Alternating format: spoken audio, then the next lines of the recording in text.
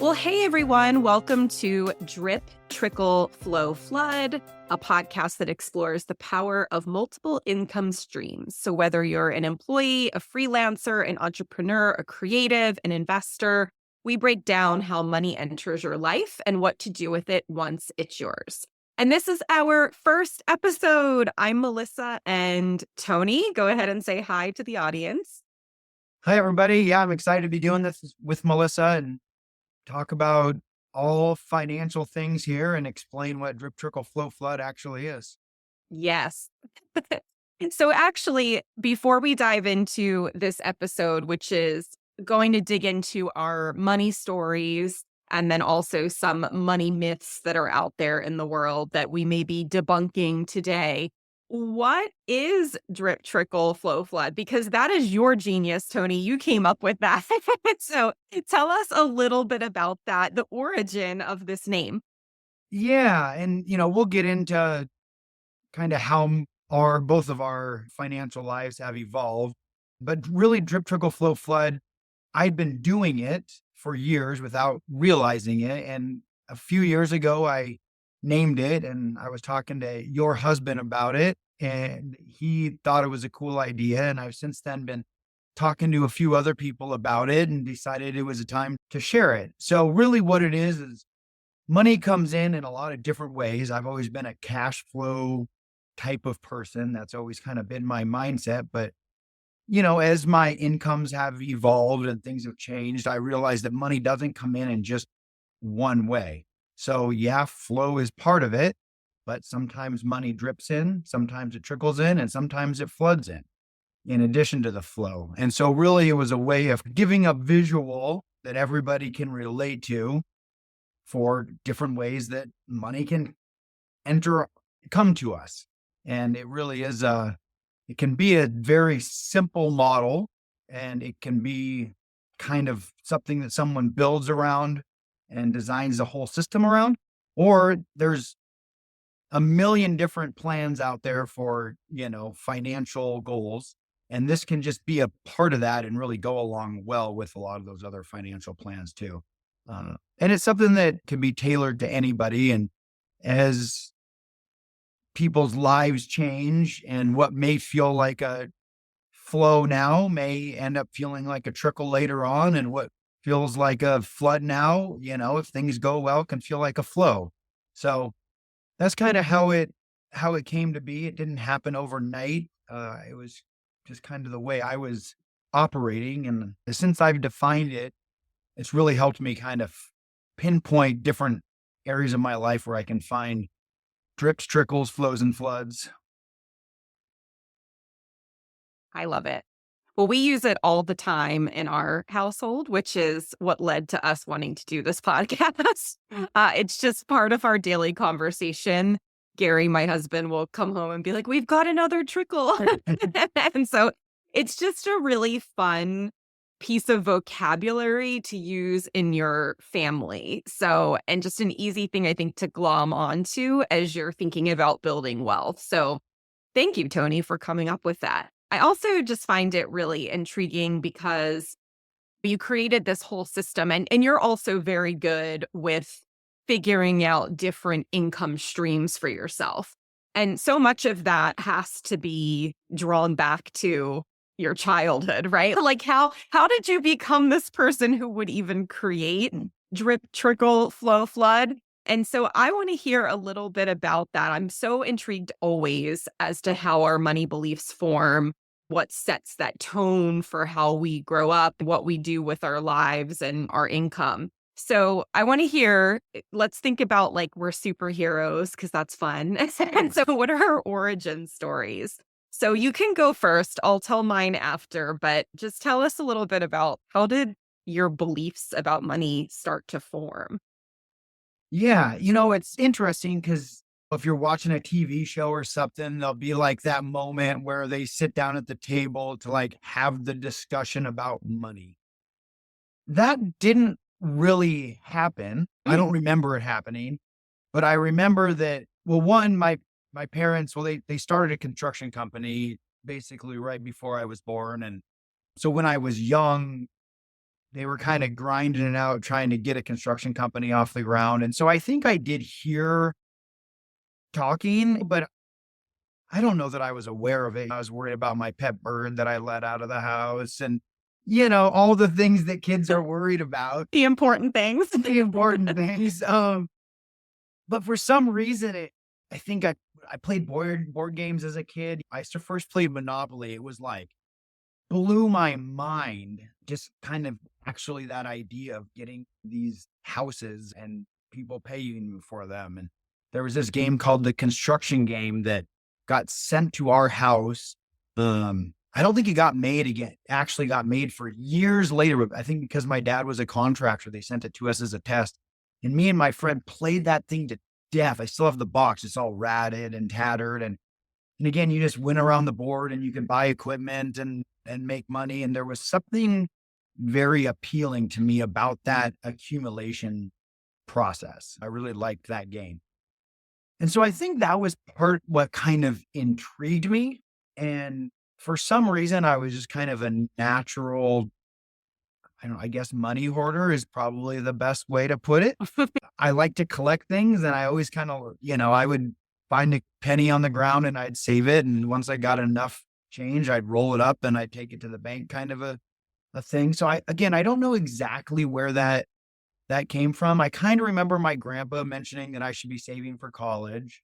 And that probably was in my mind on some level. But again, it wasn't like we were sitting down and having these discussions. And then somewhere along the line, I just got super into it and really liked saving money. And then by about age 15, I decided that all I wanted to do was retire.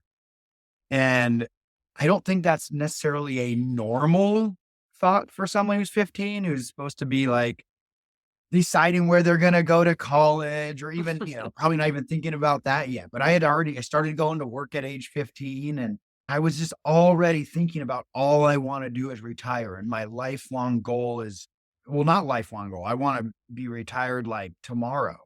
And so I started saving and I started, there wasn't, it was a different time, right? Not to age myself, but this was pre-podcast, pre-YouTube. And so there wasn't all of this information just out there about a fire movement or whatever, all these different things, or even Rich Dad Poor Dad hadn't been published yet. A lot of those pieces weren't there. So I didn't necessarily have like anything really to glob onto, but I remember just like, learning about interest and from the bank and little pieces like that. And I knew about the stock market, although I can't say I still fully understand it, but I would start learning about those things. And so just my interest grew and really with this driving force to be retired.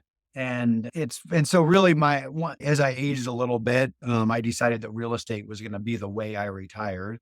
And so I started investing in that at a very young age, and that's grown, and I've invested in some other things. And then I started the drip, trickle, flow, flood. And kind of as this has evolved, and I've always had a bunch of side hustles. And I mean, I think the last time I only had one job was when I was 20 or something.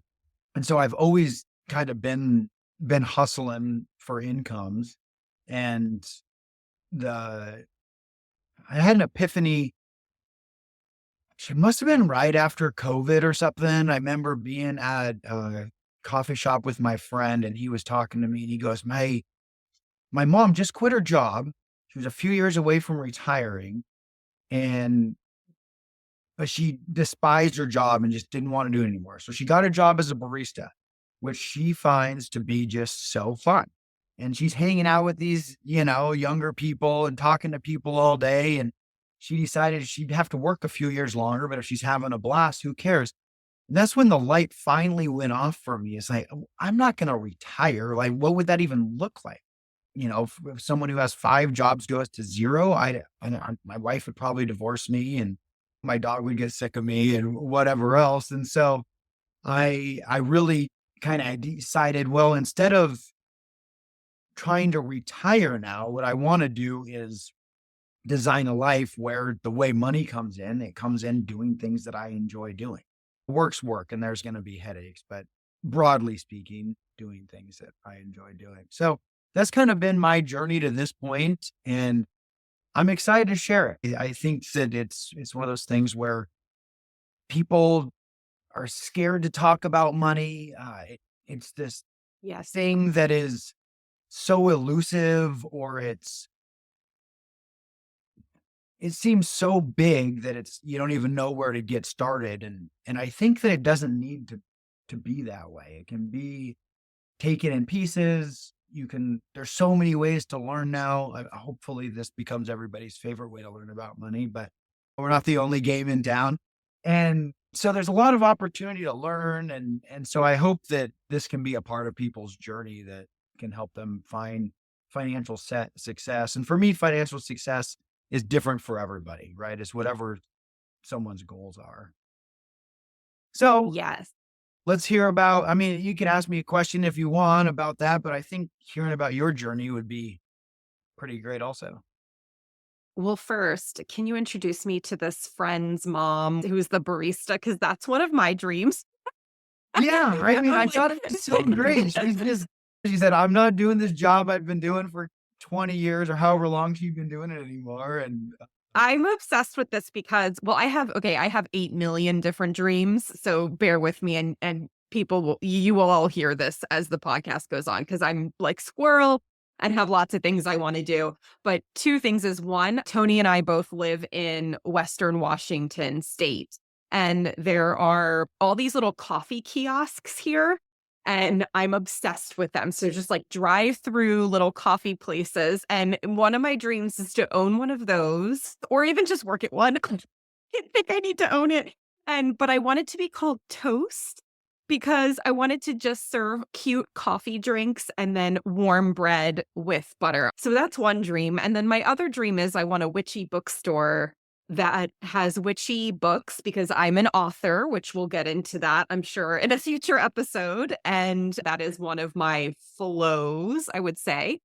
And I want to have magical themed coffee drinks. So anyway, that's a side note. he wasn't one of, and we were going to do a whole episode on our spouses and Mhm. the way they earn money. But you know, that was one of Lindsay's things for a while. That she was working.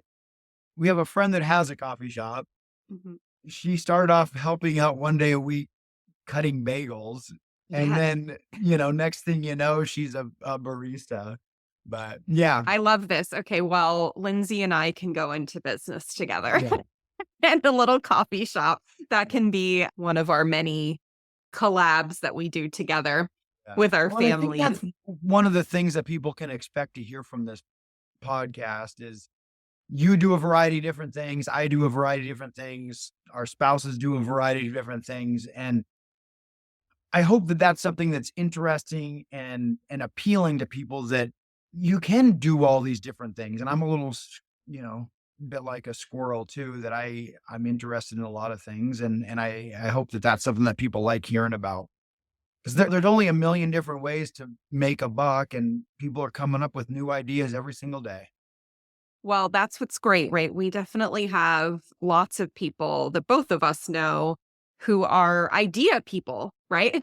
So, how fun that we can actually bring ideas to life. And it's okay to be a little quote unquote all over the place. I will say, I'll circle back to, and by the way, I'm rolling my eyes at myself that I say circle back because I just came off a long corporate contract. So just ignore me. I'll get rid of that. But I'll circle back to my origin story and thank you for sharing yours too, Tony. I always just find that so interesting and I love the gaming angle of yours as well. I grew up, I guess, differently but also similarly to you. Definitely with a hustle mindset. Grew up in a blue collar family myself, though I didn't have any entrepreneurs in my family. My dad was a sheet metal worker. And I don't recall a lot of money discussions either, other than I would say there was definitely a feeling of a this is what we have mindset. So money's something that comes in and covers the bills and then it leaves. So There was definitely more of that mindset. There was definitely a feeling, and I don't think it was necessarily specific to my family. It was a bit where I grew up, of this upstairs, downstairs feeling where there was an undertone of resentment toward people who we perceived to have money. So there was this assumption that those who had money had an easier or a luckier path in life. So it was like they have money, but we have to work for any money that we get. So that was definitely a belief system that permeated in the area that I grew up in on the East Coast.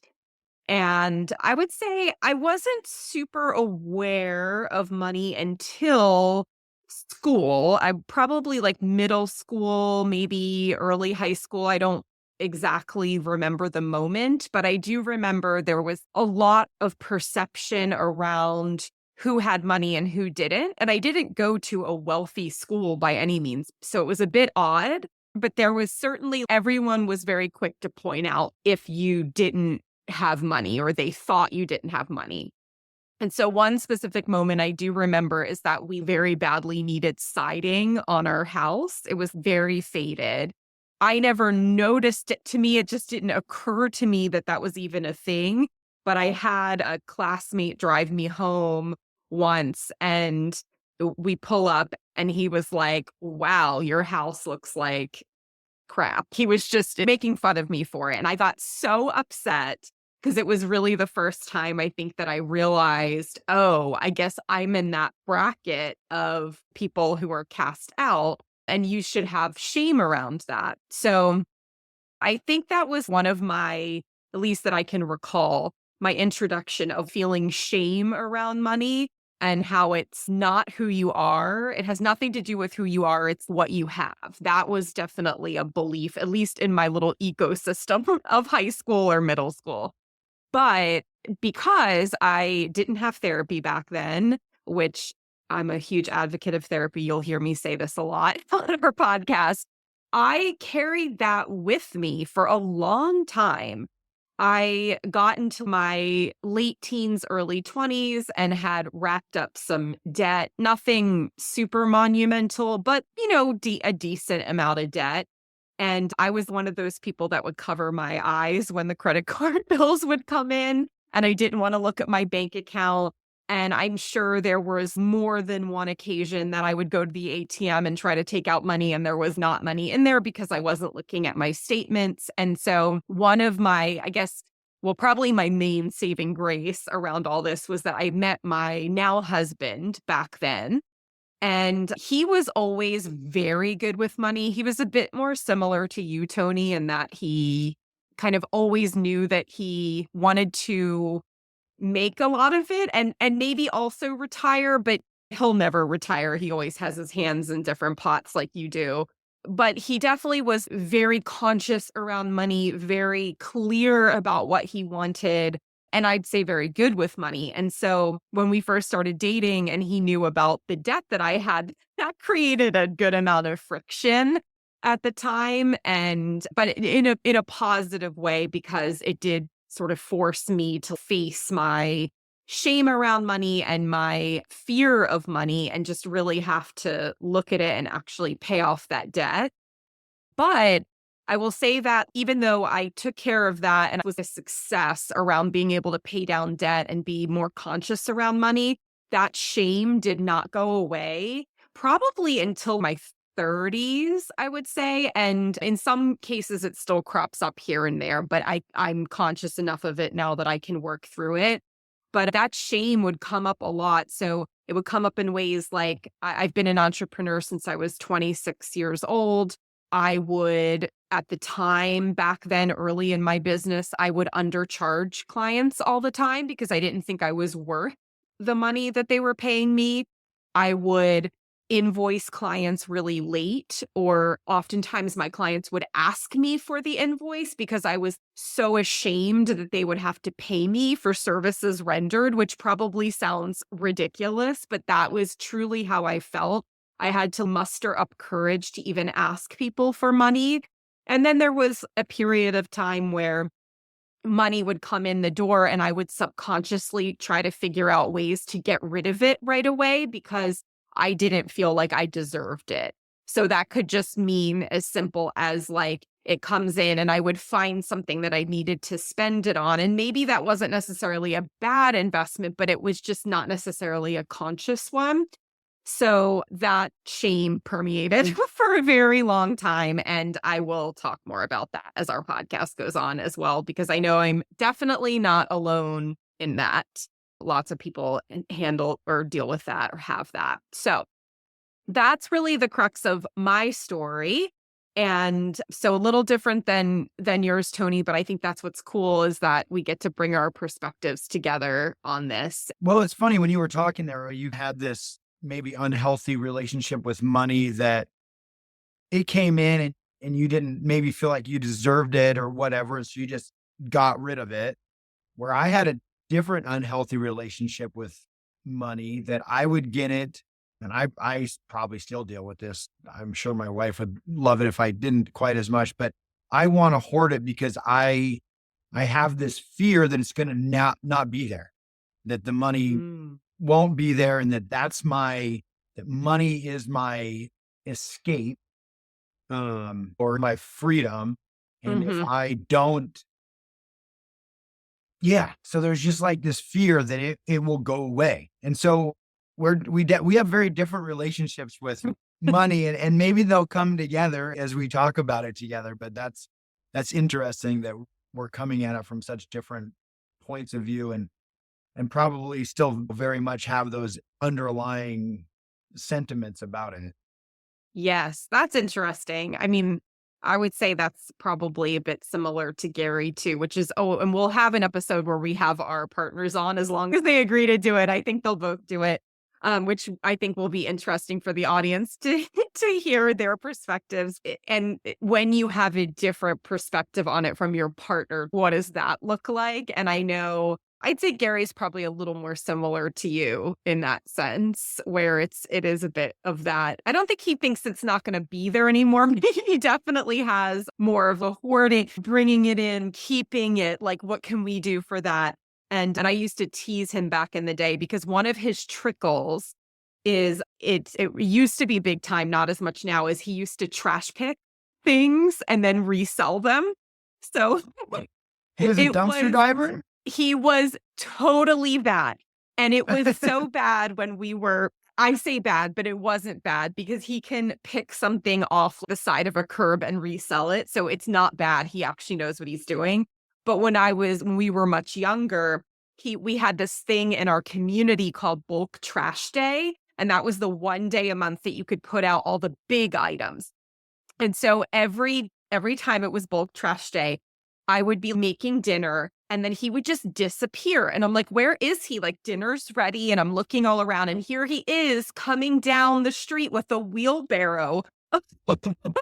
So he like filled up and but he would, to his credit, he would, at the time it was probably Craigslist and nowadays it would be Facebook Marketplace, but he would resell stuff that I'm like, who is buying this? But he just has an eye for it.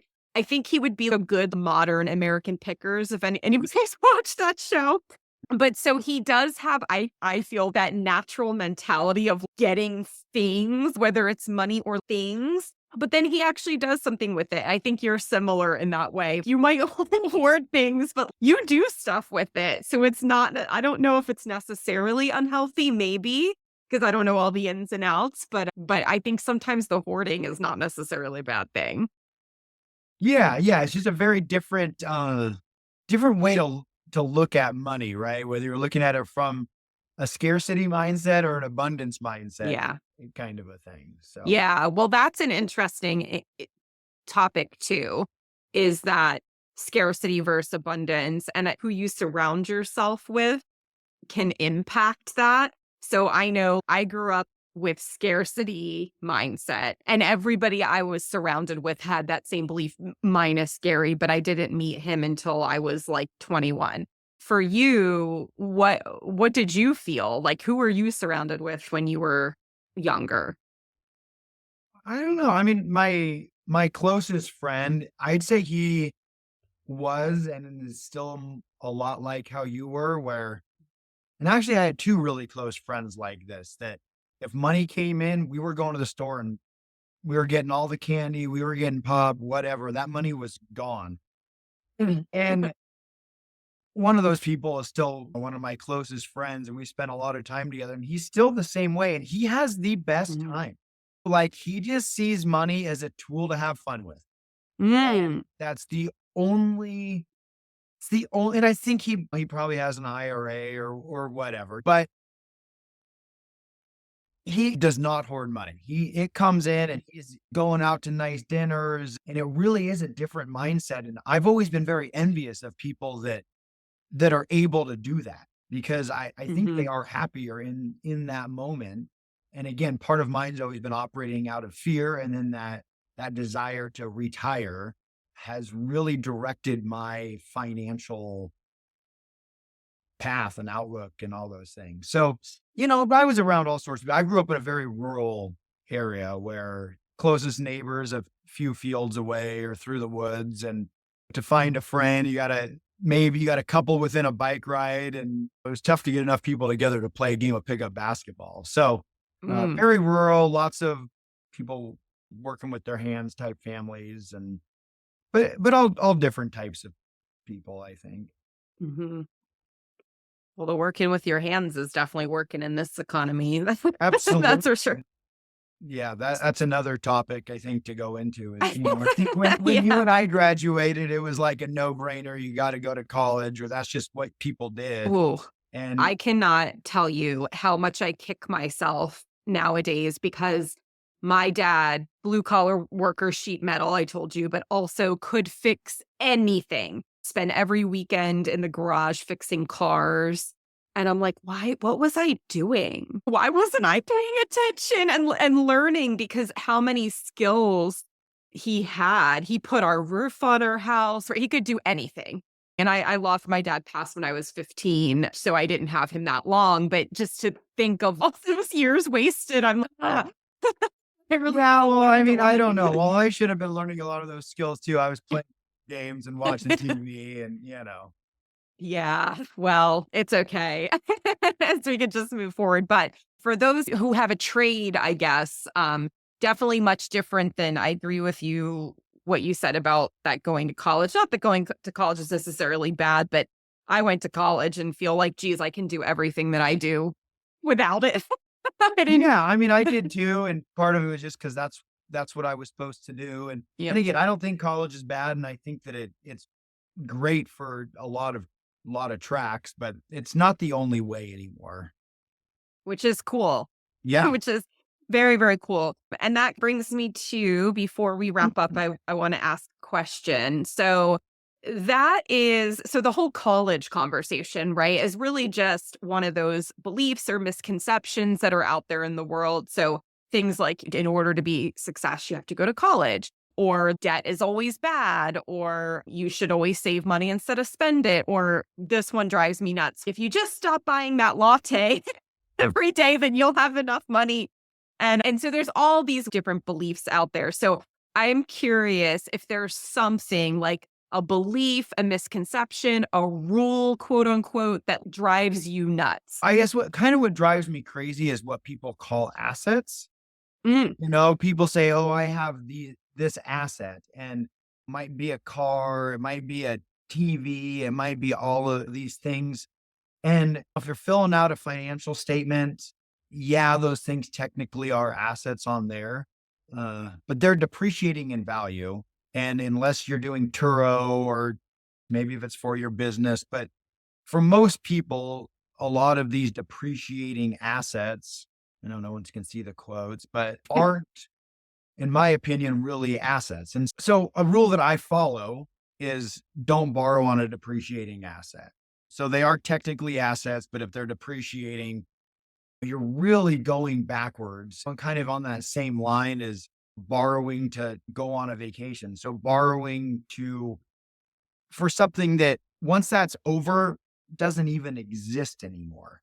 And I want people to enjoy life. I think going on vacation is super important. But it's one of those things where buying within your means and saying, okay, I can borrow to buy this TV, or I could save up and buy this other TV or, car, all of those things. So that's a big piece for me is just that if you're paying interest on that thing and it's going down in value, your money's moving in it's Mm. going down in two ways at the same time, basically. So Yeah, that's a good one. And then, of course, there are appreciating assets for yeah, people to think about too. What is it? Silver is going crazy right now. I think Gary was just saying yeah, last and night. I'm a Gold, firm silver. believer in investing in appreciating assets. Mhm. And for me, that's mainly been real estate, Yep. although some other things also. The thing I like about real estate is it appreciates, but it also can kick off a drip, a trickle, or flow. And when you sell them, you might get a flood. There's there's so many different asset categories that people can invest in. So it's just that thinking about what's your money doing when you spend it. And then is that thing you buy, is it actually appreciating? Is it actually helping with your cash flow, or is it actually a drain? And I think that's just something that people need to pay attention to. Mhm. That's also a great way to frame it because it fits right with the drip, trickle, flow, flood, right? When you're talking about the drains. Yeah, So absolutely. we'll talk a lot more about the drains in future episodes, I'm sure, as well as appreciating assets and all of your great insights into real estate specifically is just very intriguing and definitely something I know a lot of people are interested in. Well, Tony, this was awesome. And I loved hearing about your story and all of the wisdom you got to share with us. So that's all we have for today's episode of Drip, Trickle, Flow, Flood, DTFF. If you enjoyed this conversation, please take a moment to rate and review it. It will really help us to reach more listeners. And thank you for tuning in. Yep. Thanks, Melissa. Thanks for listening, everybody. We'll see you next time.